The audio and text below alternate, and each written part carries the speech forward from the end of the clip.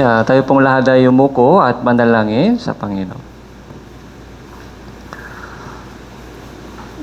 Salamat po, Panginoon, na nagmamahal sa amin sa umagang ito, sa inyong pagtawag po sa amin sa lugar na ito upang mapuri po kami sa inyong dakilang pangalan at makaroon kami ng banal na fellowship sa inyong pangalan.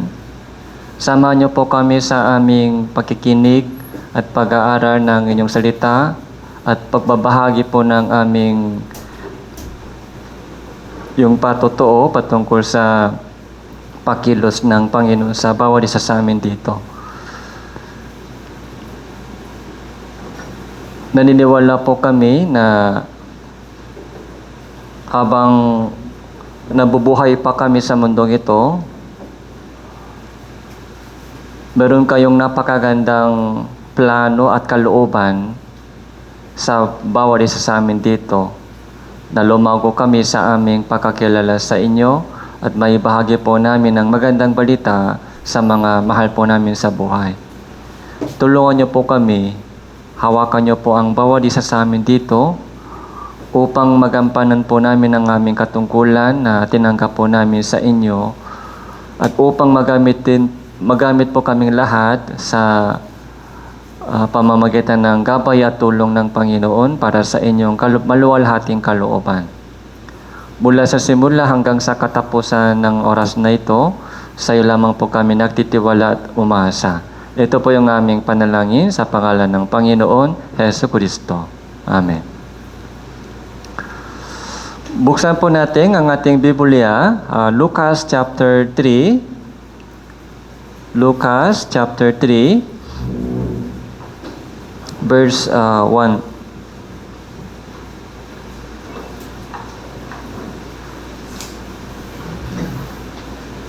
Magmula verse 1 hanggang verse 6 po. Lucas chapter 3, magmula verse 1 hanggang verse 6. Magsalitan po tayo sa ating pagbabasa. Mula verse 1 hanggang verse 6 po. So, mag-umpisa po ako. Nang ika-15 taon ng paghahari ni Tiberio Cesar, si Poncio Pilato, ang gobernador sa Judea, at tetrarka sa Galilea si Herodes, ang kanyang kapatid na si Felipe, ang tetrarka sa lupain ng Iturea at Traconite. Si Lisanias ang tetrarka sa Abilinia.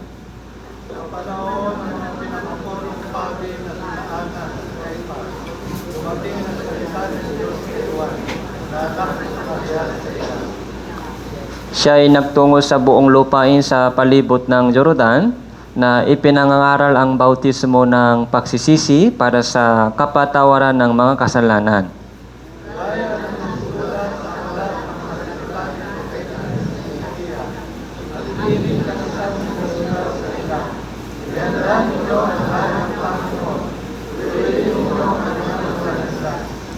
Bawat libis ay matatambakan at bawat bundok at burol ay papatagin at ang likod ay tutuwirin, ang mga baku-bakong daan ay papantayin.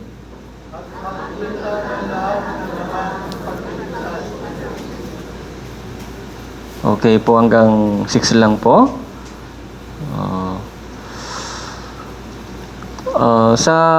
Sa biyaya po ng Panginoon, na nagtagumpay po yung gawain ng Samuel Academy mula Thursday, Friday hanggang Sabado. Nagkaroon po ng Samuel Academy and maraming mga young adults group and kabataan, sumama po sila. Nagpasa po sila sa exam and for 3 days, nag-focus po sila sa memory verse and 70% pataas po ay nakapasa. Nakatanggap po sila ng certificate ng completion. And then meron din po tayong mga top 10 sa mga ilan course. Narinig po ba ninyo? Kaya may passer po tayo. Ilan passer tayo? 7? 7 passer. 7 passer. And sa course 4, may top 10 si Brother Arwin. And top 1, Brother JD. Kaya palapakan po natin siya.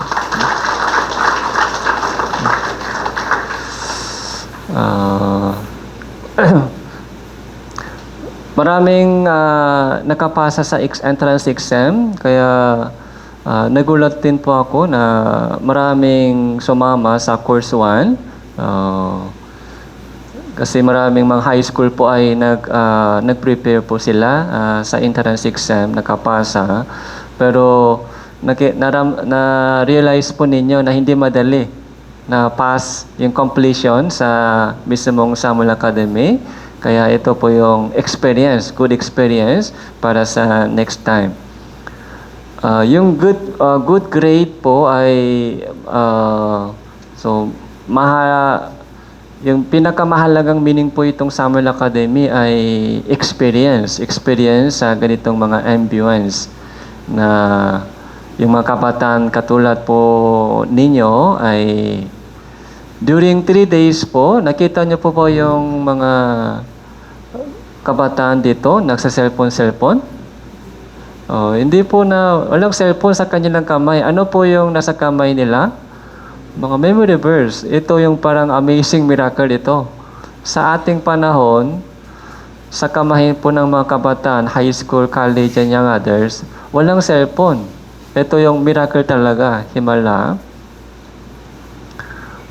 And then, hindi po ilang ganong mga tao, mga 400, 300, 400, yung mga ganong mga kabataan po ay focus po sa memory verse for 3 days.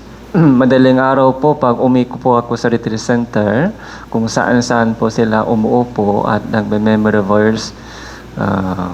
Yun po yung magandang experience. Magandang experience for 3 days na walang cellphone sa kanilang kamay. Puro words of God po ay nasa kanilang ulo. Pagpupulay-pulay. Kaya congratulations sa lahat po ng mga passer. Kahit hindi po nakapasa this time, pero may chance pa tayo next year. Kaya yung short period of preparation na hindi mahirap po. Kaya yung mga kapatiran galing sa ibang churches, for ilang buwan po sila nag-prepare. Kaya yung mga top 10 or top 1 to 3 ay hindi po basta-basta nangyari po sa kanila. Very long period of preparation. Mga ilang buwan po sila nag-umpisa, nag-focus.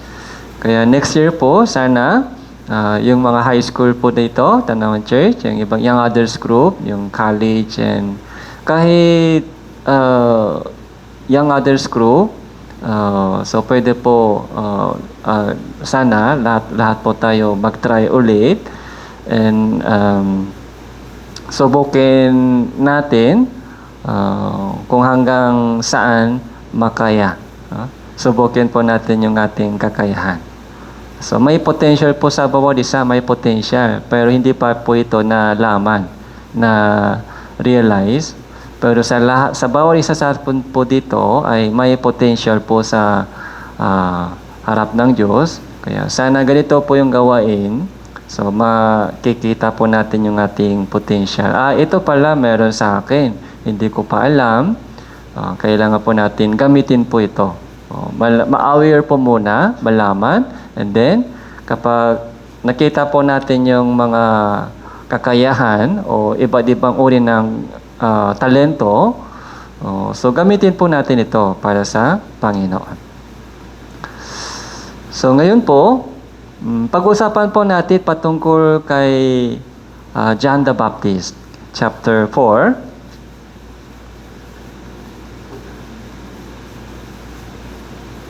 verse 3, siya ay nagtungo sa buong lupain sa palibot ng Jordan na ipinangaral ang bautismo ng pagsisisi para sa kapatawaran ng mga kasalanan.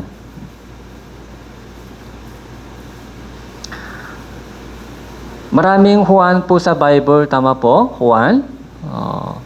Yung John, yung Juan na taga-bautismo, meron din pong Juan na alagad ni Jesus. Yung Juan, Apostol Juan.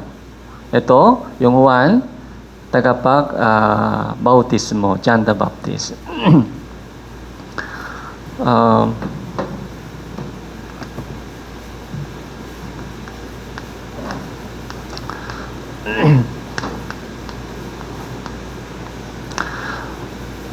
Alam po ba natin kung kailan po siya ipinanganak? Yung difference sa pagitan ng kapanganakan ni Jesus, yung kapanganakan po ni John the Baptist? 6 months difference. 6 months. Kaya, so John the Baptist po ay 6 months. So maaga ipinanganak siya, 6 months. May tanong po tayo dito. So bakit isinugo ng Diyos si Juan ito? Ano po yung trabaho niya? Okay? Ito po yung pinaka-topic po natin. Ano ang trabaho ni John the Baptist? Okay? Hindi ba sapat si Jesus lang? Yung kamatayan niya, yung muling pagkabuhay niya, hindi ba sapat yung ministry ni Jesus? Bakit kailangan pa si John the Baptist? Ano yung pinaka-trabaho niya? So, nakita po natin kanina, ano po yung mensahe po ni John the Baptist? Ano po yung pinaka-mensahe na John the Baptist? Repentance. Okay?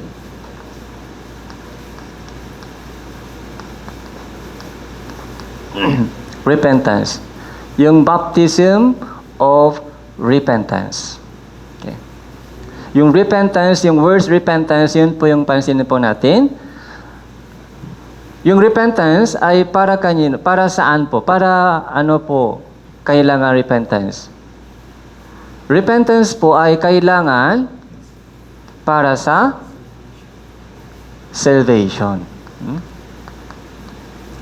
Yung salvation po, ito po yung pinaka-ministry po ni Jesus, salvation.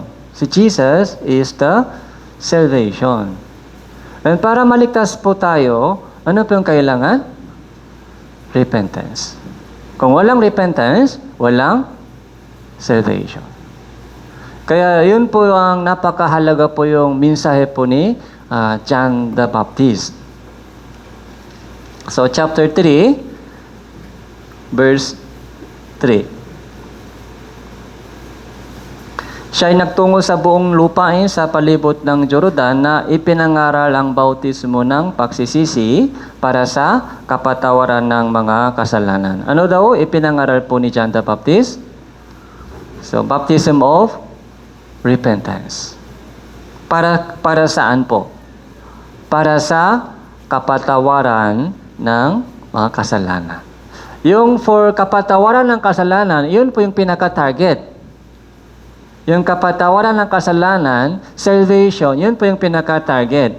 Dahil kung walang salvation, so mapapahamak. Si Jesus po ay pinakamahalaga, pero yung kaligtasan, hindi po basta-basta mangyari. Kailangan may proseso para makarating sa kaligtasan. Saan po dapat dumaan? Repentance muna, repentance.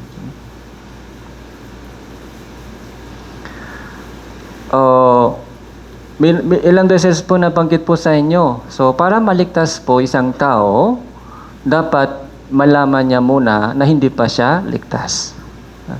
Kung hindi pa niya alam na hindi ako ligtas, paano siya maligtas? So, pag nalaman po niya na hindi pa ligtas, ano po yung nangyari sa kanyang puso? So, takot, lungkot, takot sa kapahamakan sa impyerno, yung lungkot dahil sa daming mga problema, pagsubok sa buhay. Okay? Tapos, ano pa po nangyari sa puso ng isang taong repentant? Nagsisisi? Yung mga hangarin. Yung hangarin, sana ligtas ako. Yung dati pong hangarin ay sana malakas yung katawan, sana gumaling yung sakit. Oh. So, may ilang araw po nakaraan, so na kinauseling ko po isang nanay. Nakinig siya ng Bible seminar, kaya yung counseling para ma-check po yung kanyang kaligtasan. Kaya nung kinausap ko siya, yung una po niyang sinabi sa akin ng nanay, Pastor, sana mag-pray po kayo para sa akin para gumaling ako sa sakit. May sakit po siya. May sakit. Kaya yun po yung unang sinabi niya sa akin. Pastor, sana mag-pray sama, ipanalangin ako, ang Diyos ay magpagaling sa akin. Pero nung kinausap ko siya na chinek po yung kanyang pakaunawa, kung malinaw po yung kanyang kaligtasan, so malabo pa po yung kanyang kaligtasan. Hindi pa lubos na naiintindihan. Hindi pa po siya dumating sa repentance. Wala pang nangyari sa puso, repentance. Yung repentance po ay, kaya para may idea po tayo kung ano ba yung repentance. Verse 4, ito po yung magandang verse 4. Gaya na nasusula sa aklat ng mga salita ni Propeta Isaiah, ang tinik ng isang sumisigaw sa ilang, ihanda ninyo ang daan ng Panginoon, tuwirin ninyo ang kanyang mga landas. Bawat libis ay matatambakan. Bawat bundok at burol ay papatagin. Ang liko ay tutuwirin. Ang mga bako-bakong daan ay papantain. Ito po yung nangyari sa repentance. Bawat libis, yung ano po yung libis? Malalim. Malalim na libis, ano po yung kailangan? Tambakan. Bawat bundok at burol, mataas, ano po yung kailangan? Papatakin. Para pantay. Yung mga libis, malalim na libis, kailangan tatambakin. Yung libis po ito ay puso ng mga broken heart, mga lungkot na lungkot sa dami ng mga pagsubok. Okay. Libis po ito, libis. Kailangan tambakan.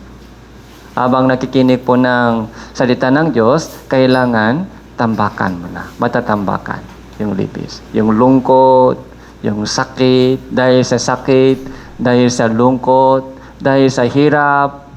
Minsan, yung puso po natin ay naguguho. Naguguho. Kaninang umaga, habang dumaan po ako dito, nakita ko po mga ilang guhong lupa. Pag malakas yung ulan, ano pong nangyari ng lupa? So, gumuguho. Ang lakas ng ulan, ang lakas ng daloy ng tubig, kaya yung mga malalambot na lupa ay gumuguho, na wash out. Ganun po yung nangyari sa ating puso. Yung ating puso ay malambot. Konting pagsubok ay gumuguho. Pagtuloy po yung tagas, yung mga patak ng tubig ay tuloy-tuloy. Yung semento, walang okay lang, pero yung lupa ay gumuguho.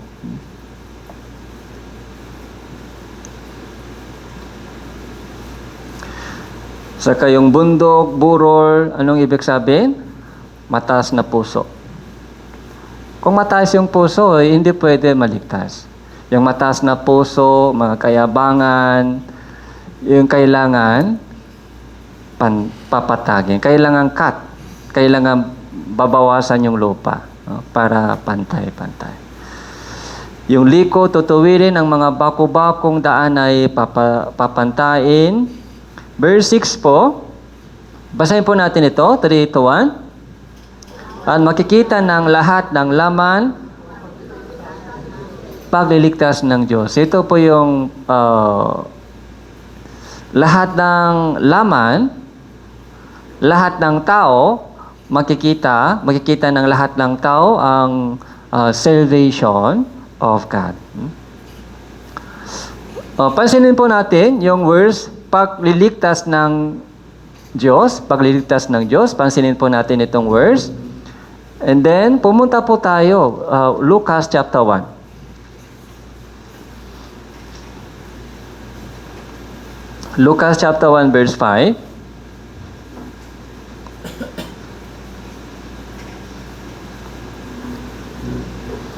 Nang panahon na ni Haring Herodes ng Judea, may isang pareng ang pangalan ay Zacarias mula sa pangkat ni Abias, at naging asawa niya ay isa sa mga anak na babae ni Aaron na ang pangalan na Elizabeth. Siya ay kapang matuwid sa harapan ng Diyos at nabubuhay na walang kapintasan ayon sa lahat ng mga utos at alintuntunin ng Panginoon. Subalit wala silang anak sapagkat baok si Elizabeth at sila ay kapang matanda na. Ito po yung magulang po ni Juan. Si Zacarias, saka si Elizabeth. Matanda na sila, pero si Elizabeth po ay baok. Wala pa pong anak. Sila po ay ibinigay ng Diyos sa kanila isang anak. Siya po yung John the Baptist.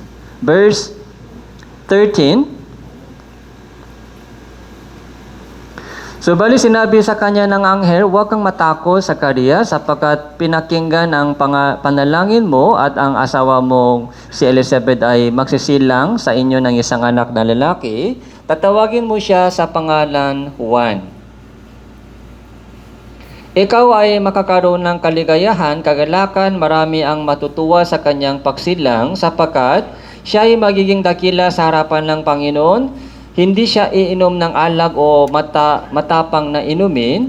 Siya ay mapupuno ng banal na espiritu mula pa sa sinapupunan ng kanyang ina.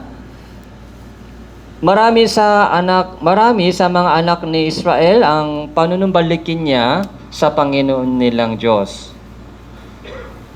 Siya ay lalakas sa unahan niya sa espiritu at kapangyarihan ni Elias upang papanumbalikin ang mga puso ng mga magulang sa kanilang mga anak. Ang mga suwail sa kadunungan ng mga matuwid upang ihanda ang isang bayan na kalaan sa Panginoon. So, katulad po ng storya po ni Jesus Cristo, so bago po ipinanganak si Jesus, yung angel po ay nagpakita kay Maria na nagsabi ganito. Ganun din po si Juan the Baptist. Sinabi po ng anghel kay Zacarias na si Elizabeth ay manganak ng isang bata. Ito yung tatawagin nyo, Juan. Yung trabaho niya ay ganito. Yung pangalan ng isang propeta, sino po nakita po natin? Anong propeta? Elias. May connection po tayo dito, Elias. May exam tayo mamaya. Elias, okay? Yung trabaho ni Juan ay trabaho ni Elias. Kaya kailangan din po natin malaman sino siya. Sino si Elias? Anong ginawa niya? Dahil yung puso ni Elias ay nasa puso ni Juan. Anong mensahe po ni Juan? Repentance. Ano po yung mensahe ni Elias? Ganon din, repentance. Panahon po, yung panahon po ni Haring Ahab, nagsimula po yung ministry ni Elias. Yung panahon po ni Ahab. Si Ahab po ay, kilala po natin si Ahab, pinakamasamang hari sa Israel, si Ahab. Sa Israel, yung pinakamasamang hari, si Ahab. Kaya yung sa panahon po ni Elias, si Elias po ay nahirapan talaga. Dahil yung sa kasalanan ng mga hari, ganoon din po yung takbo ng mga Israelita, yung puro mga kalukuhan nakikita. Kaya doon po, si Elias po ay minsan nanghina po siya, pero matapang po siya sa kanyang yung ministry. So anyway, isa-isa, tingnan po natin.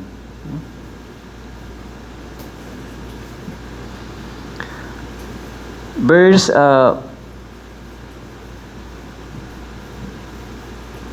17, ito po yung pinaka-message po ni Elias.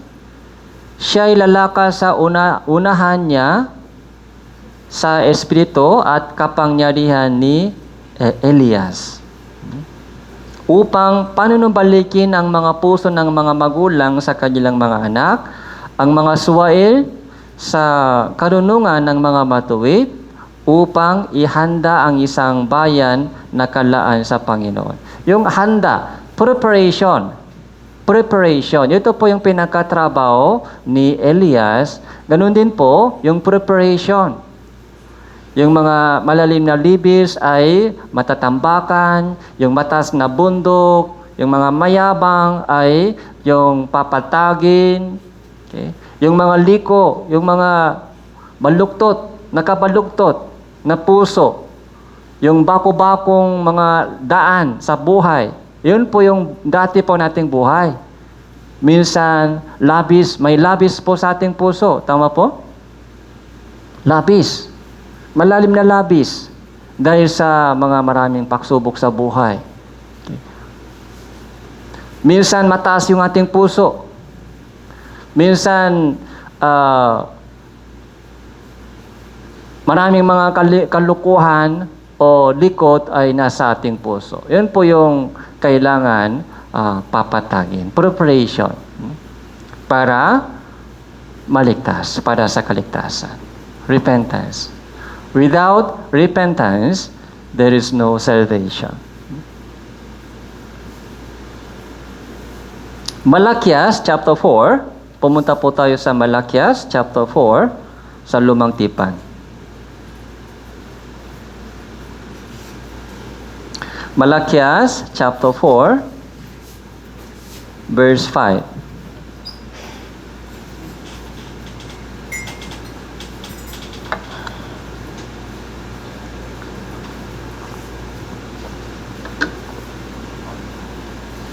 Malakias ay pinakahuling libro sa Lumang Tipan, chapter 5, verse 5-6 po. Ito po yung pinakahuling talata sa Lumang Tipan.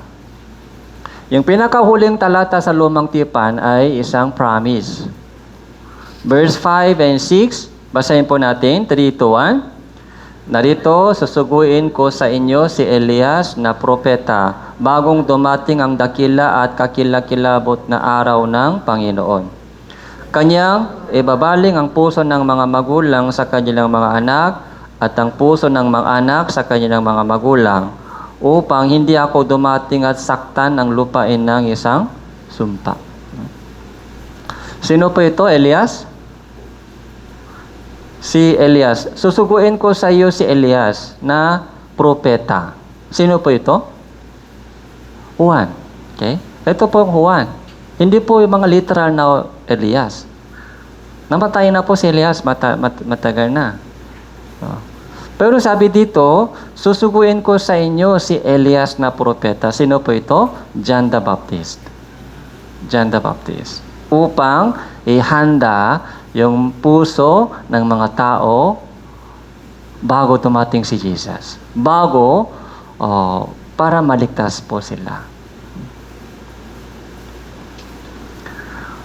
Ibabaling ang puso ng mga magulang sa kanilang mga anak. Ang puso ng mga anak sa kanilang mga magulang.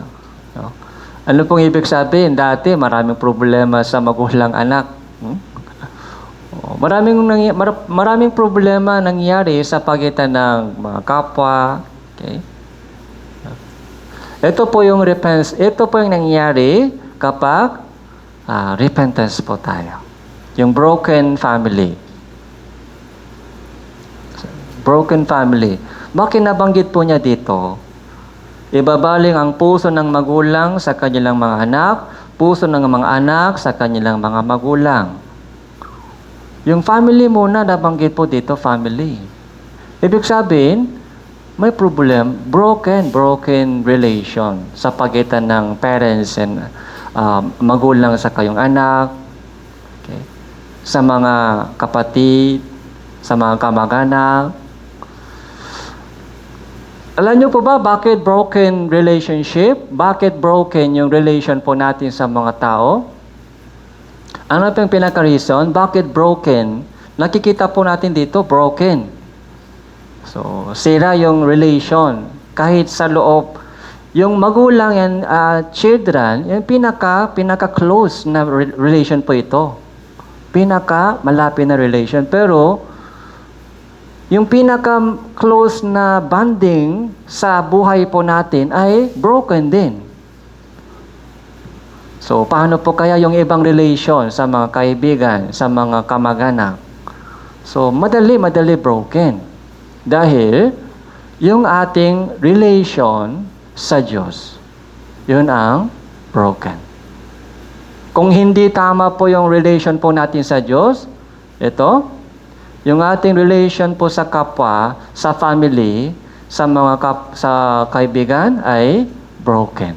Walang solution po diyan, walang solution. Dahil broken yung relation ko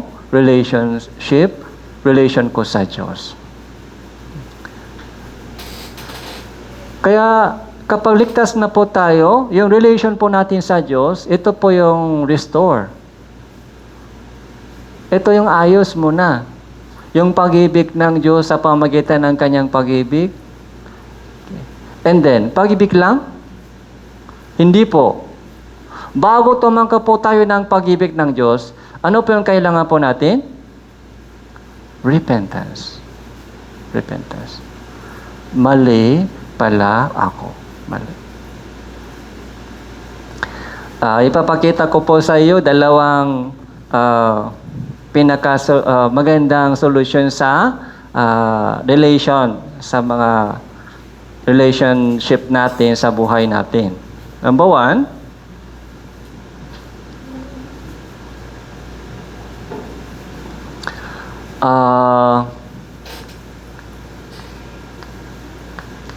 so thankful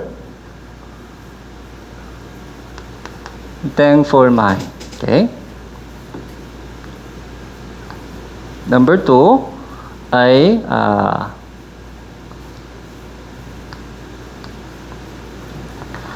merciful mind. Mga tatlo pala. Ito po ay sorry.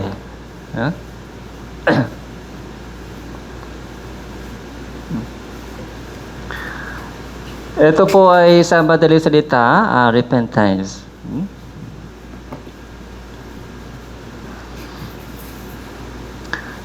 Sabi sa Biblia, mag-alala kayong lagi, manalangin kayo walang patid, sa lahat ng bagay, ano daw? Sa lahat ng bagay, magagalit? O mag-complain? Your choice. Your choice. Kung anong direksyon. Sa lahat ng bagay, mag-complain ako. Sa lahat ng bagay, magpasalamat ako. Your choice. Paano? Paano mag-decide kayo? Puro problema. Okay. Puro kulang.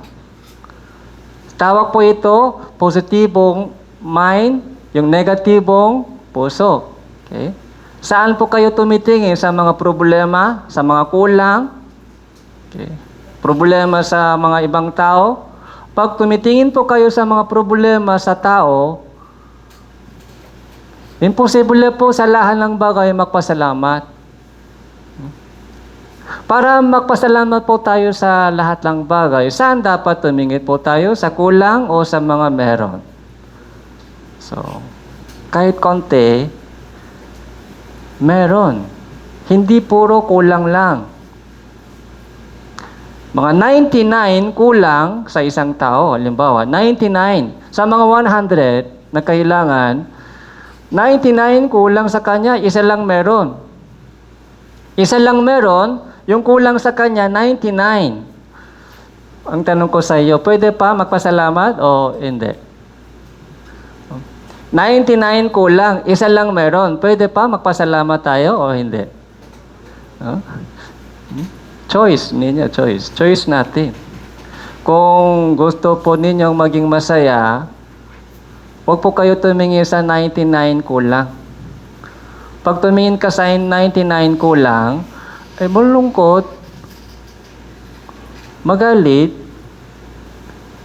Pero pag tumingin ka sa isang bagay na meron, pwede na, magpasalamat pa din. Ay, buhay pa siya. Kahit makulit,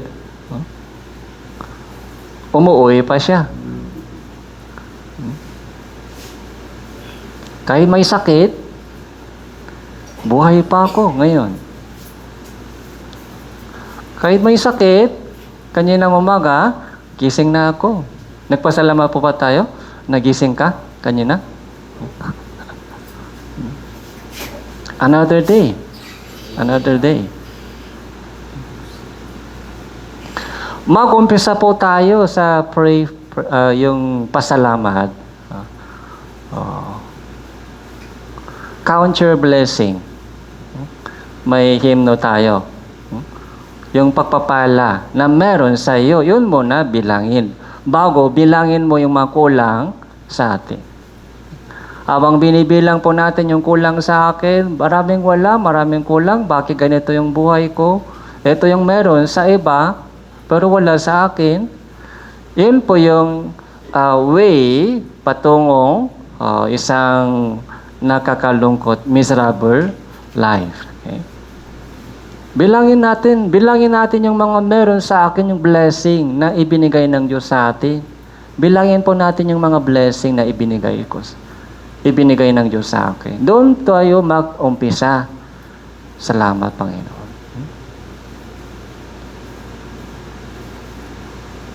Ano pa po? So, pag nakita po natin yung problema sa ibang tao, dalawang response. Mahirap po magpasalamat tayo sa mga problema ng iba. Tama po?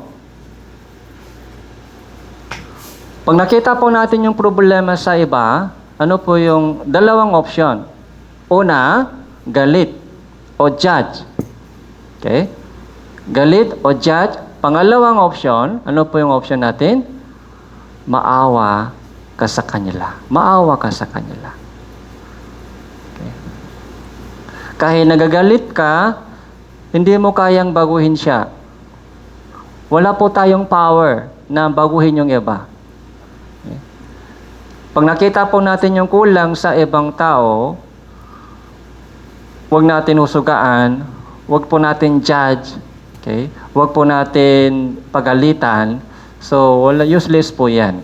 Hindi siya magbabago.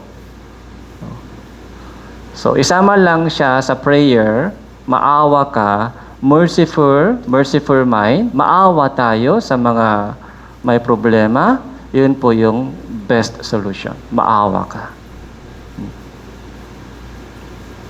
Kawawa naman siya. Kawawa. And then, pangatlo po ay sorry. Pag naramdaman po natin, ito po yung pusong nagsisisi. Ito po yung pusong nagsisisi. Pag naramdaman po natin yung sorry, ito yung mali ako. Ito yung mga kamalian ko. Nagsasorry. Pag nafe-feel po natin yung sorry sa mga sa iba, yun po yung pinaka best solution. Sorry. Ano po yung kabaliktaran po ng sorry? Dapat ikaw muna mag-sorry sa akin. Anong kasalanan ko? Yung kasalanan ko, konti lang. Yung kasalanan mo ay grabe. Dapat ikaw muna mag-sorry sa akin. Ayaw ko na mag-sorry sa iyo. Tuloy-tuloy. Broken yung relationship. Bakit? Paano mag-sorry tayo muna? Huwag kayong pag nakita mo yung problema ng iba, ano yung kailangan natin? Awa ka. Dahil maraming reason bakit ganun yung mga ugali niya o character niya, hindi isang araw naging ganung character buhay niya. Mga lifetime, dapat kailangan natin malaman kung anong background niya, mula nung bata pa siya, kung anong ugali ng mga magulang niya, kung anong proseso, kung saan po siya dumaan sa kanyang buhay. Maraming kailangan malaman para maunawan po yung character ng isang tao. Hindi po ilang buwan na lang nangyari ganon. Hindi mo maintindihan. Mahirap natin maintindihan. Bakit ganon? Maraming bagay po na mahirap natin maintindihan. Kaya huwag natin i-try na baguhin yung iba. Mission impossible. Mission impossible po yan. You cannot change anyone. Awa lang, merciful mind. And then, mag-focus tayo sa kasalanan ko. Ito yung mali ko. Kung tumitingin po tayo sa ating yung kasalanan ko, yung mistake, kahit maliit lang po ito, kung yun ang inisip po natin, so pwede po tayo mag-sorry. Itong tatlo po ay pinaka-susi para sa panatilin po natin maayos yung relation sa family. Okay? Pag-practice po tayo. Ito po yung kailangan natin, practice. Dahil malayo po ito sa ating ugali. Kailangan po natin ito, practice. At from practice, magpasalamat. So, practice, maawa. So, practice, mag-sorry. Practice, mag-sorry.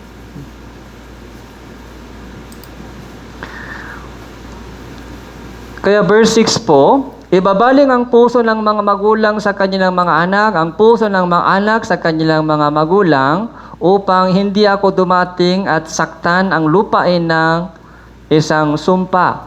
Darating po yung araw ng paghuhukom ng Diyos. Sabi dito, upang hindi ako dumating at saktan. Ito po yung judgment. Ito po. Bago dumating po yung araw ng paghuhukom, kailangan magsisi at baliktas. Kailangan manumbalik po. Kailangan yung restoration. Restoration ng relationship natin sa Diyos at sa mga kapwa. Ito po, isang remarkable prophecy po ito dahil ito po yung pinaka-ending ng lumang tipan. Yung Malakias, yung pinakahuling propeta, yung pinakahuling mensahe po niya ay about John the Baptist. Susuguin ko sa inyo isang propeta. Si John the Baptist may puso ni Elias. Elias po, tingnan po natin si Elias kung anong propeta po siya. Unang Hari, chapter 18, verse 17. Unang Hari.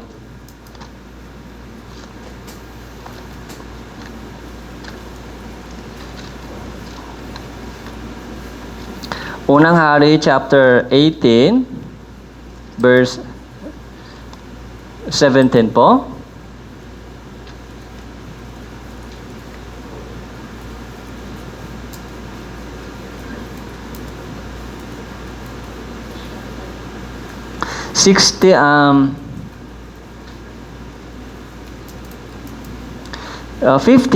Magbula 15, babasahin ko po. Sinabi ni Elias, habang buhay ang Panginoong mga hukbo na sa harap niya, na katayo ako ay tiyak na magpapakita sa kanya ngayon. Sa gayo, humayo si Obadias upang salubungin si Ahab. Sinabi sa kanya, si Ahab ay humayo upang salubungin si Elias. Nang makita ni Ahab si Elias, sinabi ng Ahab sa kanya, ikaw ba yan? Ikaw na nanggugulong sa Israel? Anong tawag po, anong pagkakilala ni Ahab kay Elias? Nanggugulo sa Israel. Ikaw ba? Ikaw ba 'yon? Nabalitaan po ni Ahab na isang propeta ay nagsasalita ng repentance sa mga Israelita. Yung salita ng repentance, sa tingin nyo po, magsisik kayo, iwanan mo yung kasalanan mo, bumalik kayo sa Diyos, yung ginagawa mo ay mali, malaking kasalanan yung ginagawa ninyo, magsisik kayo. Yung mensahe po ni Elias ay welcome po ba siya ng mga Israelita o hindi welcome? Hindi welcome. Yung mga Israelita po ay galit na galit sila sa mensahe po ni Elias. Kapag sinabi po ni Elias sa mga Israelita, puro blessing lang. God bless you. Sana mahaba yung buhay mo, sana maayos yung mga trabaho ninyo, malakas yung katawan sana. Kung puro ganong mensahe po ni Elias, welcome siya. Welcome siya ng mga Israelita. Pero hindi ganong mga mensahe ni Elias. Dumiretso po siya sa mga kasalanan ng mga Israelita. Mali ang ginagawa ninyo. Mali. Dapat magsisi kayo. Darating yung araw ng paghukom. Wawasakin ng Diyos ng Israel sa Judea dahil sa inyong pagsamba sa mga Diyos-Diyusan. Marami mga Diyos-Diyusan sinasamba. Yung mensahe po ni Elias, yung puro mga repentance. Kaya hindi po siya ina-welcome ng mga Israelita, pati yung haring Ahab. Kaya sabi po dito, ikaw ba yung nanggugulo ng Israel ngayon? Magulo. Verse 18 po, sabi po ni Elias. Siya ay sumagot, hindi ako ang nanggugulo sa Israel, kundi ikaw at ang sambahayan ng inyong ama, sapagkat inyong tinalikuran ng mga utos ng Panginoon sumunod sa mga Baal. Sabi ni Elias, hindi ako, ikaw. Ikaw yung nanggugulo. Matapang siya. Si Ahab po ay hari ngayon, hari.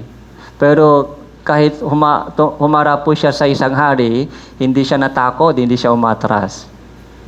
Ikaw yung nanggugulo sa Israel, hindi ako. And then verse 19 po, ngayon nga, magsuko ka, tipunin mo sa akin ang buong Israel sa bundok Carmel at 450 propeta ni Baal at ang 400 propeta ni Asherah na kumakain sa hapak ni Jezebel. Kaya nagsugo si Ahab sa lahat ng mga anak ni Israel, tinipon ang mga propeta sa bundok Carmel. 21. Basahin po natin. 3, 2, 1. Lumapi sa buong bayan at nagsabi, hanggang kailan kayo magpapatalon-talon sa dalawang makaibang kuro-kuro? Kung ang Panginoong ay Diyos, sumunod kayo sa Kanya. Unit kung si Baal, sa Kanya ay kayo sumunod. Ang bayan ay hindi sumago sa Kanya kahit isang salita.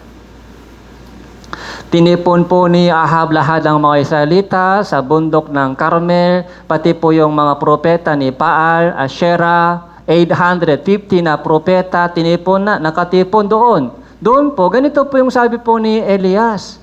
Hanggang kailan po kayo nagtalon-talon sa dalawa? Anong pong ibig sabihin dalawa? Hanggang kailan kayo magpapatalon-talon sa dalawang makaibang kuro-kuro? Dalawang isip, dalawang puso. Hanggang kailan dalawa? Isang pa sa salibutan, isang pa sa church. Parang ganun po. Nagche-church, pero isang pa nasa salibutan. Talon-talon. Talon-talon. Dapat, kung ang Diyos po ay tunay, doon po yung dalawang paa. Yung buong buhay, dapat nandoon yung buong buhay. Bakit hati-hati? Yung isang 50 na sa salibutan, 50 sa church, 50 sa Diyos. Ito po yung mensahe po ni Elias. Kung ang Panginoon ang Diyos, kung Panginoon ay totoong Diyos, sumunod ka sa Diyos lamang. Kung si Baal ang Diyos mo, kung si Baal, ito po ay Baal, Diyos-Diyosan, kung siya po yung tunay na Diyos, doon na lang buo. Bakit hati-hati yung puso mo, dalawang isip? Yun po yung mensahe po ni Elias, napaka-challenging mensahe. Yung Israelita, anong sabi po ng Israelita? Anong sabi ng bayan? Walang sagot. Hindi sumagot sa kanya kahit isang salita. Bakit po? Hindi sila sumagot kahit isang salita? Dahil tama po yung sabi po ni Elias. Tinamahan po sila ni Elias. Tinamahan. Tama. Kaya tahimik lang sila. Hindi sila sumagot kay isang salita. Pangalawang Hari chapter 1 verse 3. Isa din po storya ni Elias. Pangalawang Hari chapter 1 verse 2. Pangalawang Hari, chapter 1, verse 2. Verse 1, pagkamatay ni Ahab, ang Moab ay naghimaksik laban sa Israel. Si Ahazias ay nahulog sa salasala ng kanyang silis sa itaas sa Samaria. Nakasakit, kaya siya ay nagpadala ng mga sugo. Sinabi sa kanila, humayo kayo, sumangguni kayo sa Baal-Zebub na Diyos ng Ekron, kung ako ay gagaling sa sakit na ito. Verse 3, uni sinabi ng anghel ng Panginoon kay Elias na Tisbita, umangon ka upang salubungin ng mga sugo ng hari ng Samaria. Sabihin mo sa kanila, dahil ba sa walang Diyos sa Israel, kaya't kayo ay nagsisishayo upang sumangguni kay Baal-Zebub na Diyos ng Ekron. Verse 4, ngayon, ganito ang sabi ng Panginoon, ikaw ay hindi alis sa higaan na inyong pinanggagalingan, kundi tiyak na ikaw ay mamatay, kaya si Elias ay pumaroon. Nung namatay si Ahab, yung kanyang anak, Ahazias, ay kasunod na hari. Si Ahab po ay sumamba sa Diyos-Diyosan. Si Ahab ay sumamba sa Diyos-Diyosan. Ganon din si Ahazias. Kaya nung nakasakit po siya, saan po siya sumangguni? Sa Diyos o sa Diyos-Diyosan? Sa Diyos-Diyosan. Baal-Zebub, Diyos ng Ekron. Doon po siya lumapit, doon siya sumangguni. Gagaling ba ako? Gagaling ba ako sa sakit na ito?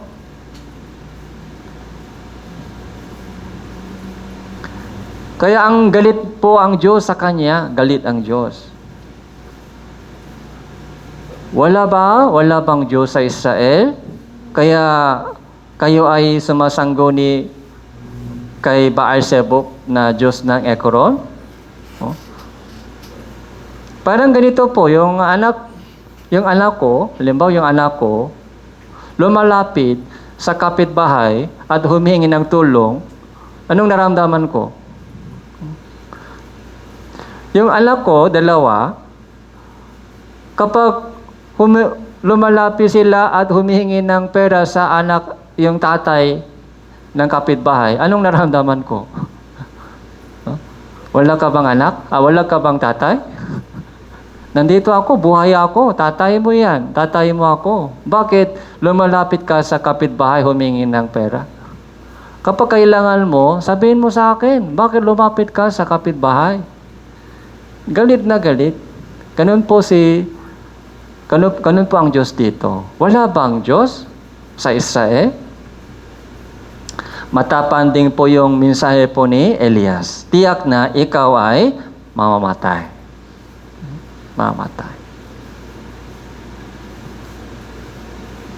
Paano po namatay si Elias? Namatay po pa si Elias? Chapter 2 verse 11 po. Si Elias po, hindi po siya namatay. Kinuha po siya ng Diyos. Chapter 2 verse 11. Basahin po natin ito ng sabay-sabay. 3, 2, 1. Samantalang siya ay naglalakad at nag-uusap, isang karawaheng apoy at ang kabayong apoy ang naghiwalay sa kanilang dalawa. Si Elias ay umakyat sa langit sa pamamagitan ng isang ipo-ipo.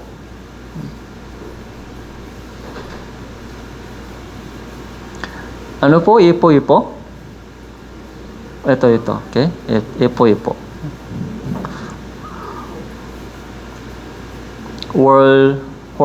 Whirlwind. Okay? Whirlwind. Yung paikot. Okay? Kaya kinuha siya ng Diyos. Habang buhay pa, hindi po siya namatay. Ganito po yung si Elias. And sabi po ng Diyos, susuguin ko isang Elias, propeta sa Israel, bago dumating si Jesus, si Juan. Sa tingin niyo po, ano po yung character po ni Elias? Matapang siya, hindi po siya umatras. Matapang po siya sa kanyang message. Ganon din po si John the Baptist. Pumunta po tayo sa Lucas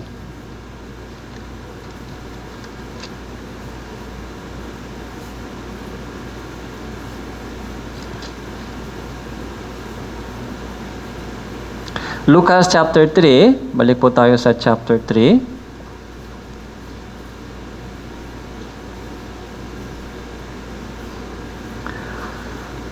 Verse 7.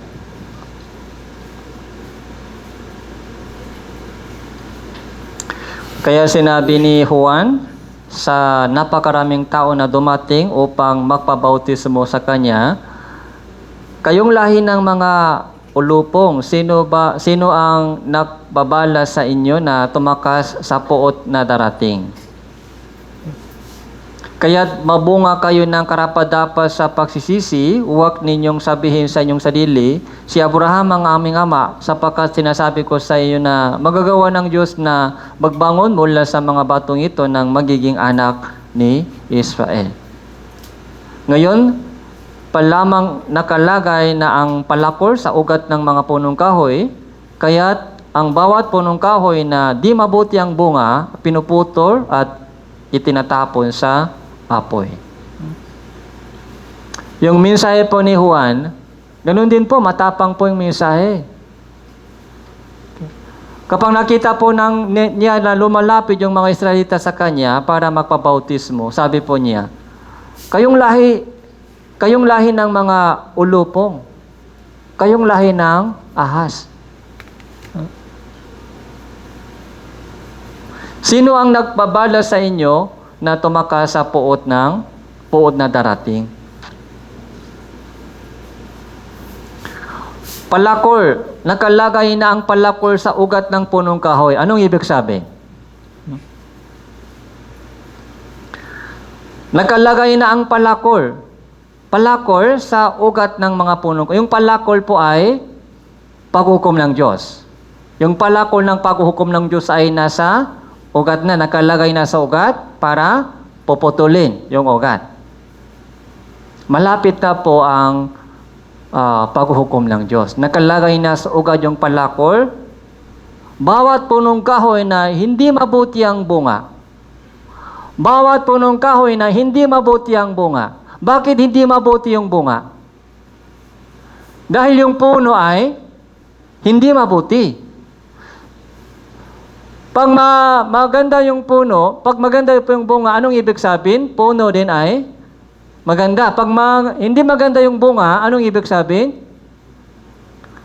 Masama po yung puno. By the fruits, you will know the tree. Ito po yung common sense po sa atin.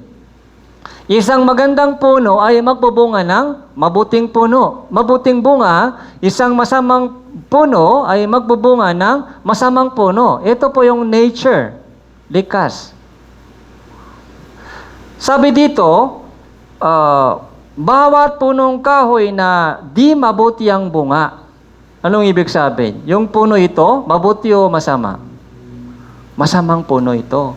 Kaya yung bunga niya hindi mabuti, ay pinuputol at tinatapon sa apoy. Ito po yung warning po ng Diyos. Warning. Katulad po ni Elias. Okay. Katulad po ni Elias. Hanggang kailan sa dalawang makaiba, yung nagpapatalon-talon sa dalawa, kung ang Diyos ay tunay, doon kayo sumunod. Kung si Baala ay tunay na Diyos mo, doon kayo sumunod. Ganun din po si Juan na John the Baptist. Ito po yung mensahe po ng repentance. Verse 15 po, verse 15.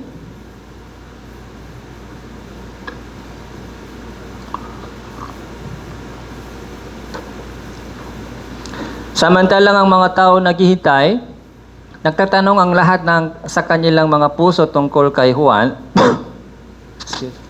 kung siya ang Kristo. Sumago si Juan na sinabi sa kanilang lahat, binabautismuhan ko kayo ng tubig, subalit dumarating ang higit na makapangyarihan kaysa akin. Ako ay hindi karapat-dapat makalak ng panali ng kanyang mga sandalyas. Kayo'y babautismuhan niya sa Espiritu Santo at sa apoy. Nasa kamay niya ang kanyang kalaykay upang linisin ang kanyang giikan, ang tipunin ang trigo sa kanyang kamalik, subalit susunugin niya ang dayami sa apoy na hindi mapapatay.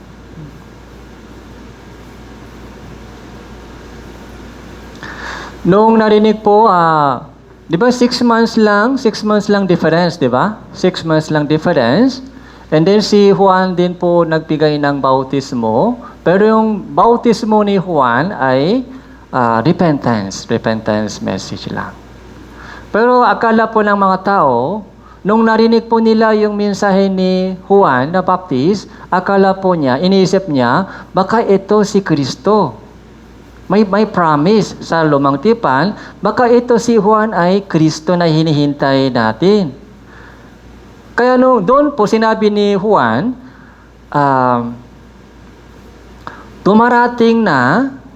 darating ang higit na makapangyarihan kaysa akin. Ako ay voice. I'm the voice in the wilderness to prepare the way of salvation. Isa akong sugo para mag-prepare. Okay?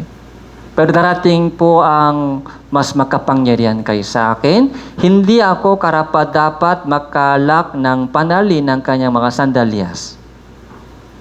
Ganon ka-difference. Si Kristo ay galing sa langit. Hindi ako karapat-dapat makalak na panali ng kanyang sandalyas. Isa akong hamak na tao lang. Isang tao lang ako. Kayo babautismuhan niya sa Espiritu Santo at sa apoy. Dalawang uring baptism dito, nakikita po natin. Kayo'y babautismuhan niya sa Espiritu Santo at apoy. Okay. Yung baptism of Holy Spirit, ito po yung salvation. And baptism of fire, ano po ito? Ito po yung punishment sa impyerno. Minsan po may church po na nagtuturo, ito baptism of fire ay nangyari sa church. Okay? Sabi nila, fire. Yung Holy Spirit ay sana dumating dito katulad ng fire. Gusto niya susunugin yung mga tao? Hindi ganun po yung meaning. Baptism of fire dito ay baptism in hell. Yung punishment po, ito punishment. Dalawang uri ng baptism. Pag dumating si Jesus, i-separate yung dalawa. Yung mga nagsisisi, tumanggap ng kaligtasan, sasama po sila sa langit.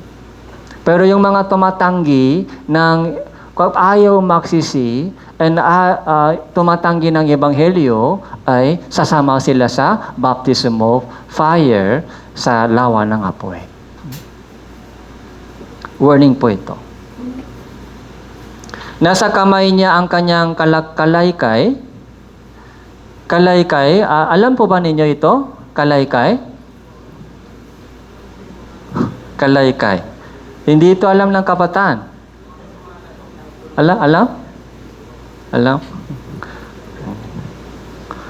Nung bata pa po ako, ito yung nakita ko sa ginagamit po ito ng magulang. Ito yung panghiwalay ng trigo saka ipa. Okay? Dahil sa hangin. Okay. Ganito. Hindi ko nakita yung hugis dito, kalaykay.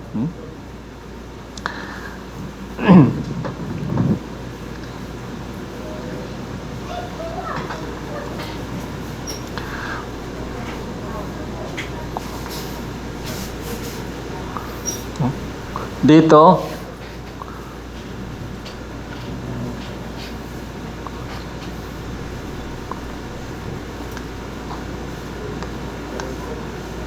parang ganito po. Dito,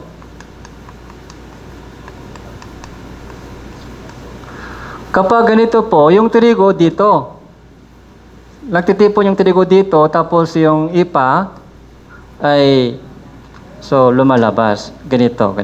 Okay?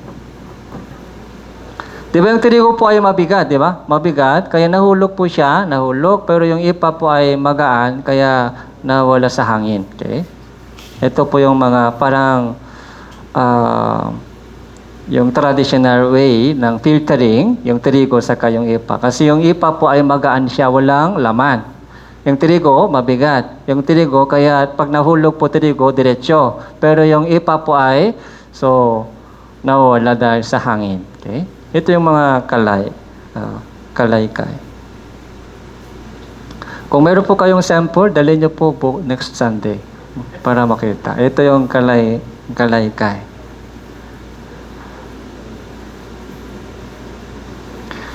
Nasa kamay niya ang kanyang kalaykay upang linisin ang kanyang giikan at tipunin ang trigo sa kanyang kamalik. Trigo. Subalit, susunugin niya ang dayami sa apoy na hindi mapapatay. Ito po yung baptism of fire. Okay? Baptism of fire. Trigo, saka dayami o ipa. Dayami, ipa. Yung ipa, walang laman. Walang laman. Hugis lang. May anyo. May anyo ng kabanalan, pero sa loob, walang laman. Madaya. Magaan siya, magaan. Hindi mabigat. Magaan. Talon-talon. Talon-talon. Minsan dito, talon-talon. Magaan yung ipa. Dayami, dahil walang laman sa loob. Walang laman.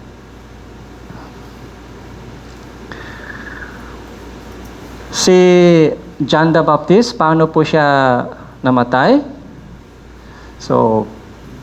Pinugutan po yung ulo niya. Okay?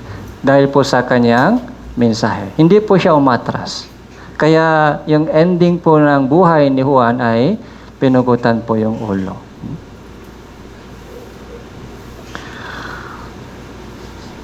Pumunta po tayo sa Isaiah chapter 40.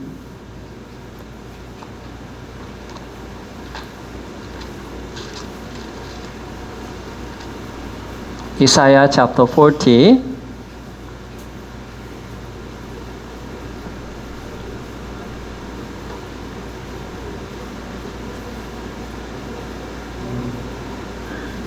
Verse 3.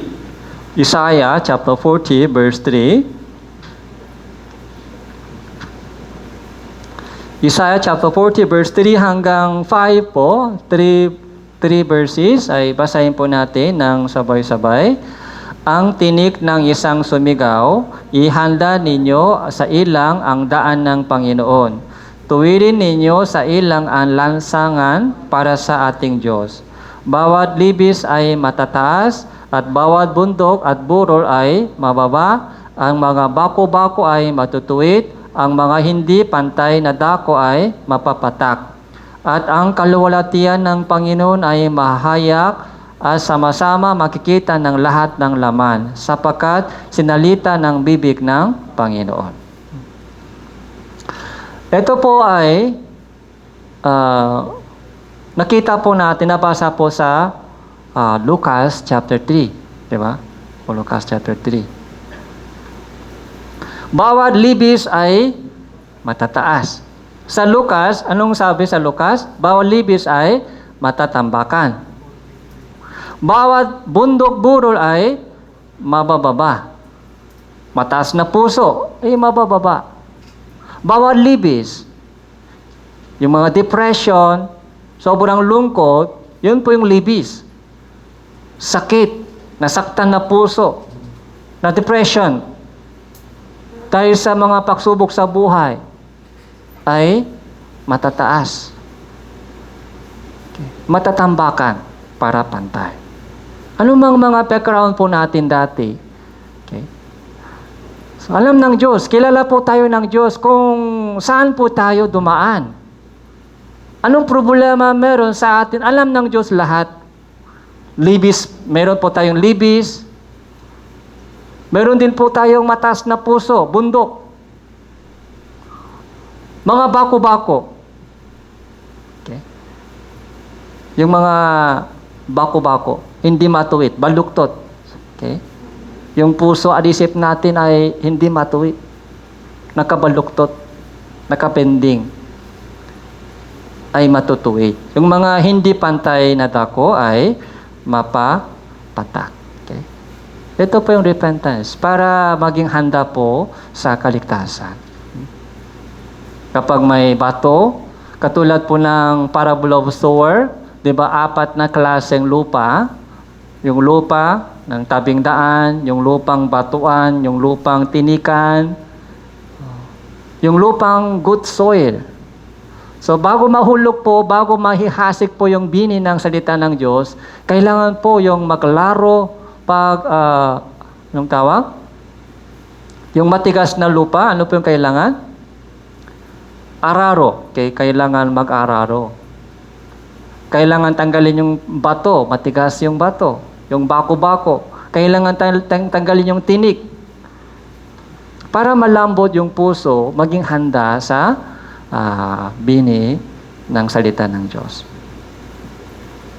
Kaya verse 4, ito po yung mensahe po ni Juan, John the Baptist. Ito po yung proseso ng repentance, unti-unti nagiging handa. Okay? Handa po yung ating puso. Verse 5, at ang kaluwalhatian ng Panginoon ay mahahayak. Sabi dito, kaluwalhatian ng Panginoon ay mahahayak. Sama-sama makikita ng lahat ng laman. Verse 5, ano daw po yung makikita ng lahat ng tao? Kaluwalhatian ng Panginoon. Pero doon sa Lucas chapter 3, ano po yung nakita po natin doon? Pagliligtas ng Panginoon. Salvation. Yung kaluwalhatian ng Panginoon po dito, balik po tayo sa Lucas chapter 3.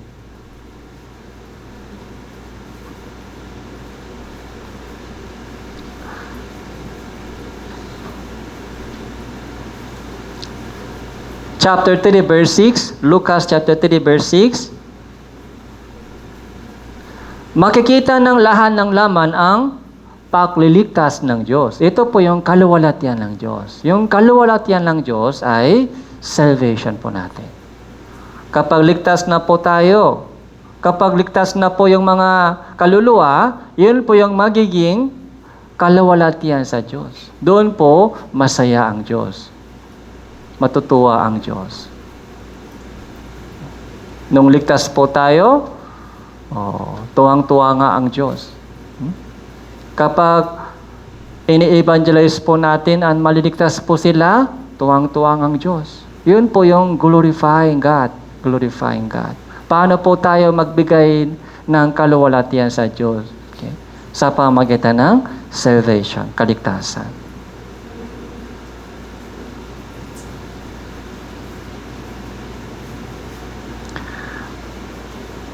So, balik din po tayo sa Isaiah chapter 40. Isaiah chapter 40.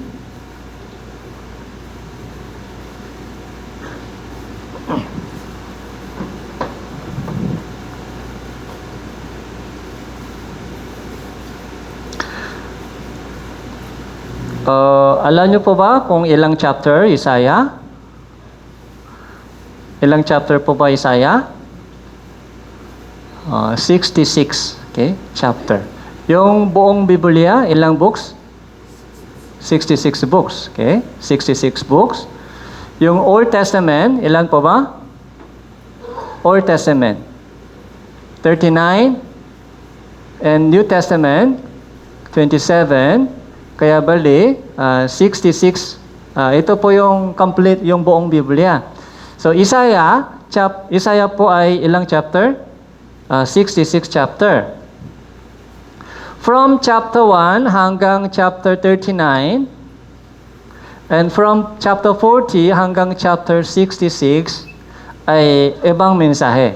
Ibang mensahe. Kaya, Isaiah po ay tinatawag na gospel of the Old Testament. Dahil yung composition po ng Isaiah ay parang buong Bible. Isaiah po ay isang summary. Isaiah po ay isang summary ng buong Biblia.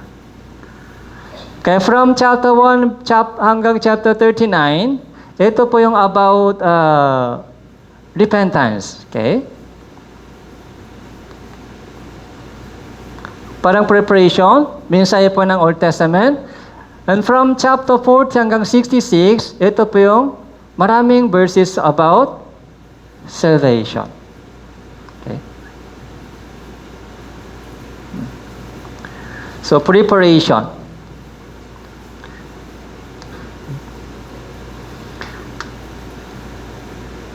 So, Isaiah chapter 53. Nandito, di ba? Isaiah chapter 53, Gospel chapter. And maraming mga Gospel verses po ay nakikita po natin sa from 40 to 66.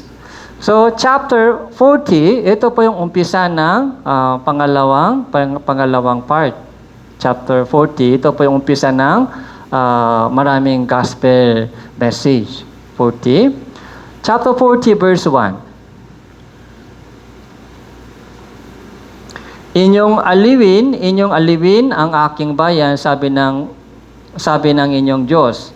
Magsalita kayo sa puso sa Jerusalem, sabihin ninyo sa kanya na ang kanyang pakikipagdigma ay tapos na, ang kanyang kasamaan ay pinatawad, sapagkat siya ay tumanggap sa kamay ng Panginoon na iba yung bahagi para sa lahat niyang kasalanan. Yung kanyang kasamaan ay pinatawad na. So, napatawad na. Natubos na. Nabayaran na. Tumanggap sa kamay ng Panginoon ng ibagyong bahagi. Ano pong ibig sabihin? Ibagyong bahagi. Double po. Pag may utang ka ng 1 million, magkano binayaran? 2 million na bayaran na. Sobrang payment. Double. Ibagyong bahagi ay double yung payment. Double payment. Para sigurado. Para walang balance. Yun po yung umpisa ng gospel, mga chapters. Ang kanyang kasamaan ay ang kanyang pagkikipagdigma ay tapos na. Ang kanyang kasamaan ay pinatawad sapagkat siya ay tumanggap sa kamay ng Panginoon ng ibagyong bahagi para sa lahat niyang kasalanan. Ito po yung gospel message. And then may prophecy patungkol kay Juan. Umpisa po from verse 3, ang tinik ng isang sumisigaw.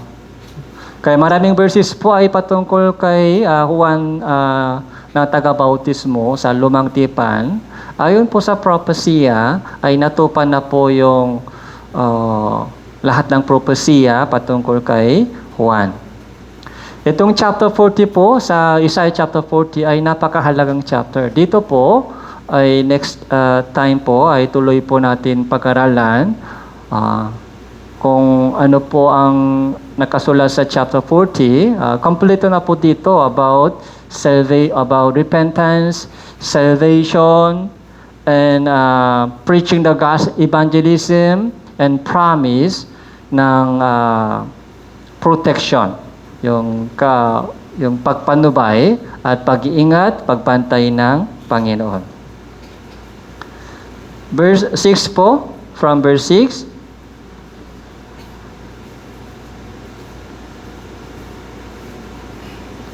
Hanggang 8 po, babasahin ko po ito. Sinasabi ng isang tinig, ikaw ay dumaing, sinabi ko, ano ang aking idadaing? Lahat ng laman ay damo, ang lahat niyang kagandaan ay parang bulaklak ng damo.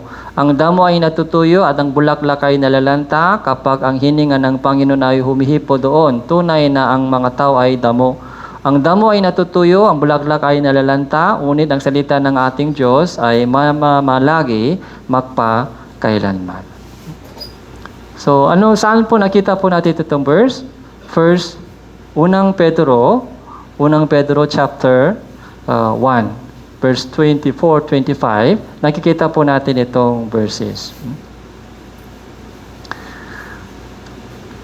Ngayon po ay pinag-isipan po natin patungkol kay John the Baptist. And next week po ay tuloy-tuloy po natin pag-aralan po yung kanyang ministry, saka yung mensahe po dito sa Isaiah chapter 40. Kaya kung may time po kayo, mag-review po kayo ng itong Isaiah chapter 40. Napakahalagang chapter po ito. Okay? Manalangin po tayo. Salamat po Panginoon sa inyong pagbibigay sa amin ng mensahe para sa bawat isa sa amin. Itanim po ninyo ang inyong dakilang kalooban sa puso ng bawat isa sa amin dito at gamitin niyo po ang bawat isa sa amin dito para sa inyong kalooban. Maraming kapatiran po dito ay dumadaan sa iba't ibang uri ng yung pagsubok. Meron po kaming malalim na libis sa aming puso, mataas na bundok at burol, at maraming mga bako-bako sa aming isip. Bigyan niyo po kami ng puso ni Elias upang magsisilip po kami sa inyong harapan sa aming buhay, kung anong bagay na kailangan po namin baguhin at alisin sa inyong harapan. Sa inyong makapangyarihan kamay, ipinagtitiwalaan po namin ang lahat ng aming buhay sa mundong ito. Ito po yung aming panalangin sa pangalan ng Panginoon Jesu Kristo. Amen.